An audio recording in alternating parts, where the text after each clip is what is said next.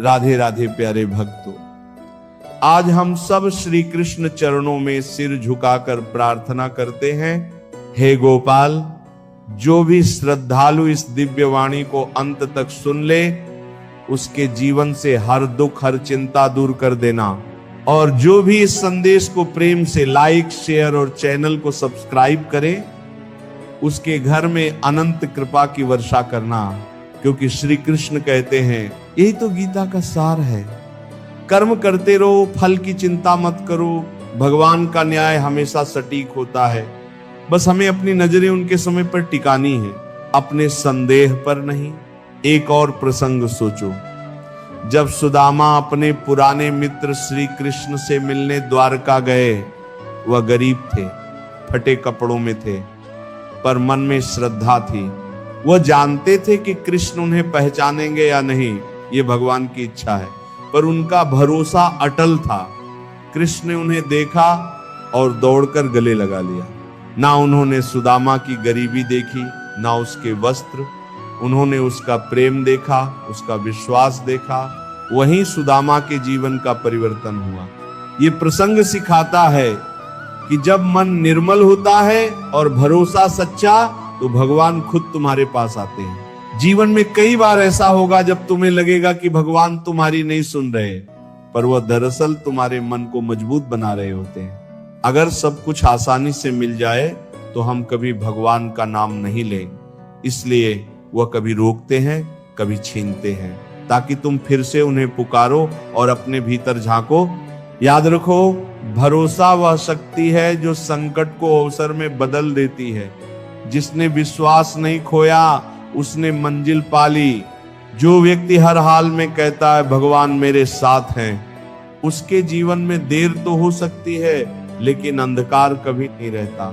श्री कृष्ण ने कहा था, जब तुम्हारा भरोसा अडिग हो जाता है, तब मैं स्वयं तुम्हारे लिए मार्ग बन जाता हूं। इसलिए जब सब रास्ते बंद लगे, तब भी मन में यह भाव रखो, मेरे लिए एक रास्ता भगवान जरूर बनाएंगे। वह रास्ता शायद आज ना दिखे, पर समय आने पर वही सबसे सुंदर मार्ग बन जाता है। भरोसा रखो, भगवान कभी किसी को अधूरा नहीं छोड़ते। वो सिर्फ इतना चाहते हैं कि हम थोड़ी देर और विश्वास बनाए रखें, क्योंकि जहां विश्वास खत्म होता है, वहीं चमत्कार रुक जाते हैं। कभी सोचा है कि जब बच्चा चलना सीखता है तो कितनी बार गिरता है? वो गिरता है, रोता है, फिर उठता है। माँ देखती है पर तुरंत उठाने नहीं जाती, क्योंकि वो जानती है कि अगर अभी उठा लिया तो बच्चा कभी खुद चलना नहीं सीखेगा। भगवान भी ऐसे ही होते हैं, वो तुम्हें गिरते हुए देखते हैं, दर्द भी होता है। खुद तुम्हें नंबर तुरंत हस्तक्षेप नहीं करते, क्योंकि वह चाहते हैं कि तुम खुद अपनी शक्ति पहचानो। वह चाहते हैं कि तुम समझो, गिरना असफलता नहीं, प्रशिक्षण है।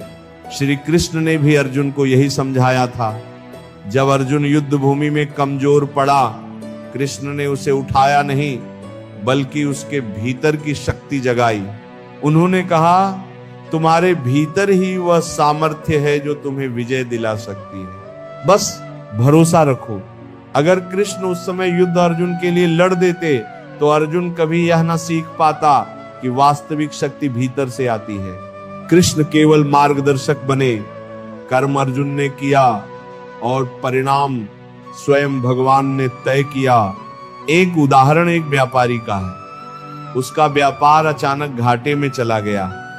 उसने सब कुछ खो दिया, घर तक बेच देना पड़ा।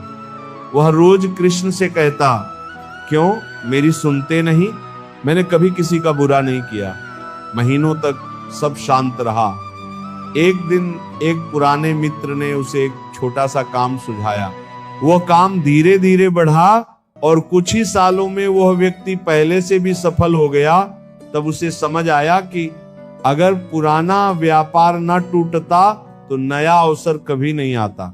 कृष्ण ने उसे गिराया नहीं था, बल्कि एक नए रास्ते की ओर धकेला था। कभी किसी पौधे को देखा है? जब उसे बड़े गमले में लगाने का समय आता है, तो पहले उसकी जड़ें पुरानी मिट्टी से अलग की जाती हैं।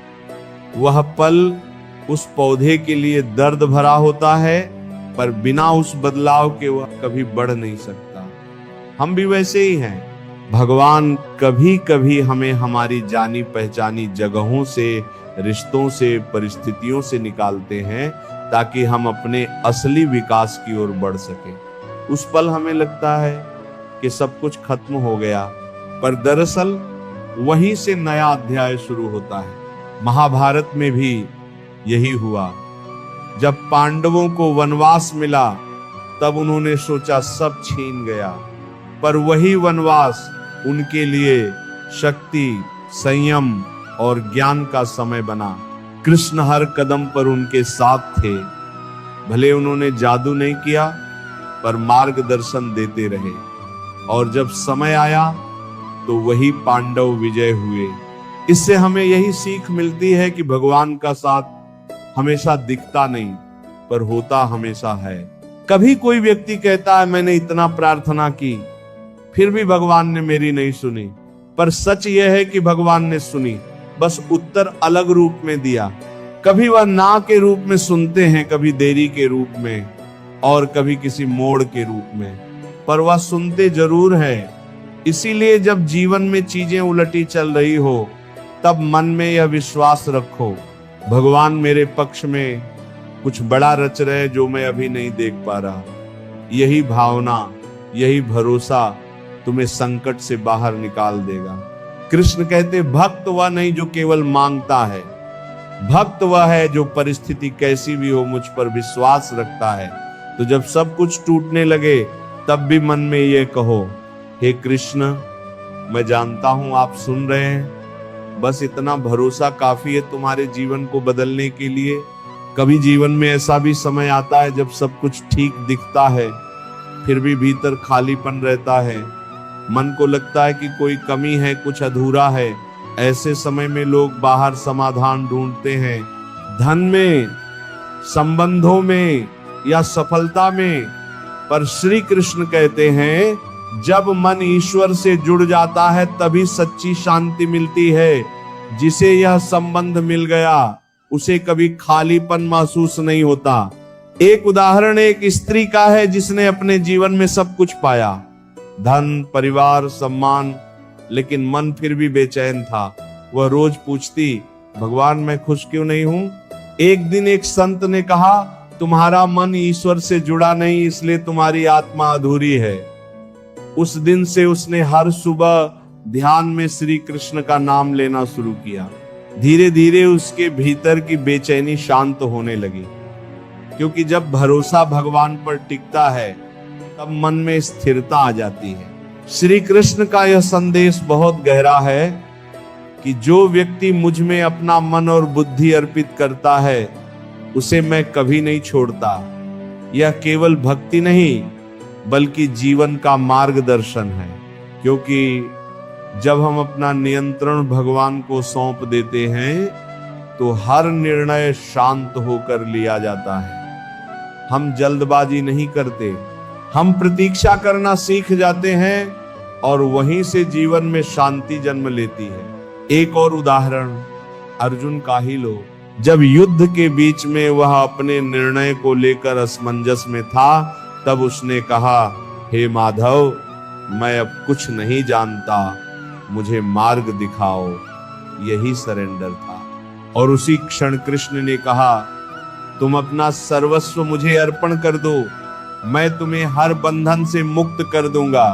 यही वह पल था जब अर्जुन का भय समाप्त हुआ और वह अपने सच्चे स्वरूप को पहचान पाया।